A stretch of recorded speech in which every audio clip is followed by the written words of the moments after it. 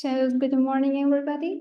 Here, Xudayberganova Madinabonu on the topic of the alternative assessment and of the subject, the assessment of language skills.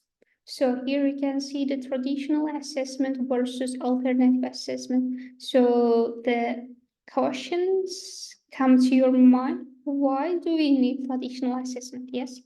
So in order to define the term of alternative assessment, we have to firstly discuss with you traditional assessment itself. Yes.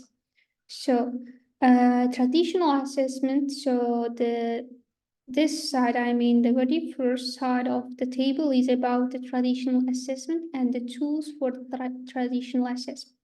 So one-shot tests, indirect tests, in authentic tests, not in authentic tests, individual projects, no feedback provided to learner, timed exams, and the decontextualized tasks, norm reference score interpretations, and the standardized tests. So here you can see the tasks that teachers can apply into the classroom in order to assess traditionally based on the traditional teaching methods. So in this side, I mean that the next part of the table is about the alternative assessment. So what is alternative assessment? So this is a method of evaluation that measures a student's level of proficiency in a subject as opposed to the student's level of knowledge. So the overall goal of alternative assessment is to allow students to demonstrate their knowledge and execute tasks. So the next one, here we can see that, as I mentioned, some examples, some tasks for assessing alternatively. Very first one is about the continuous or the longitudinal assessment. Rather than conducting one-shot tests, it's better to conduct tests continuously because based on the results of each test, when you are testing continuously, you can gather more detailed information about the learning progress of your students. That's why it's the better one in order to see the result, in order to see the progress of students. So the next one is direct tests. Rather than conducting the indirect tests, it's better to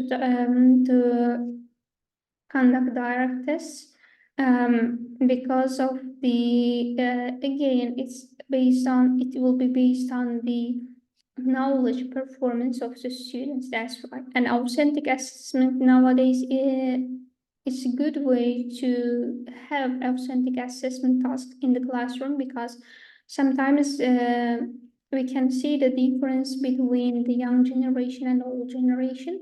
Nowadays, it's better to teach authentic materials to the students and assessing the students with the help of the authentic assessment tasks. Yes, that's what it's a great way to improve students' life skills, life learning skills, not only the language skills. Yes. So the next one is the group projects. I mean, the group works. It's also the best way to apply in the classroom because of applying such kind of projects into the classroom, you can improve the communication skills and the relationship of the students to each other. That's why group projects is the better way to have in the classroom. And not only it's beneficial for the students, but also for teachers also, because when you have the good atmosphere in the classroom, it's really easy for teachers to conduct the lesson. So the next one is the feedback provided to learners. So based on their tasks or their activity, in the end, teacher tries to provide feedback for learners because the providing feedback is really beneficial. I mean, the crucial part of teaching, because if you provide the needed feedback to your learner, to the performance of your learner, so she or he can improve the weaknesses of her or his language learning performance. So the next one is the untimed exams. Yes, we have timed exams and our untimed exams. Untimed exams sometimes do not put the pressure on the shoulder of your students, and the students feel free during the exam time, and they will try to show their real ability, real knowledge, rather than stressing or doing something like that bad. So the next one is the contextualized test tasks. Contextualized tests are the good ways in order to check the students' uh, vocabulary, in order to basis of your learners' vocabulary, because based on the words that you have teach to the students, you can test them. If you decontextualize the tests, it's somehow difficult for the intermediate or the elementary level learners when they are doing their tests. So the very last two lasts, the criterion references, core interpretation, and the classroom-based tests. Yes, standardized tests also a good way to have in the classroom, because we can prepare our students to get the higher scores during their standardized tests like IELTS or the CFR multi-level. But it is somehow difficult. Again, it depends on the knowledge. It depends on the level of the students. I mean, the language level of the students. But when it comes to the classroom-based tests, yes, you will try to apply the tests based on the knowledge, based on the topics that you have covered during your lectures, your seminars, your practical lessons, or the just simply in your lessons. Yes.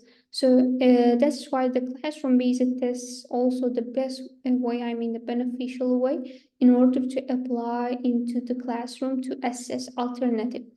Nowadays, students are more modern. Yes, that's why I think the alternative assessment is the best tool to apply rather than applying traditional one.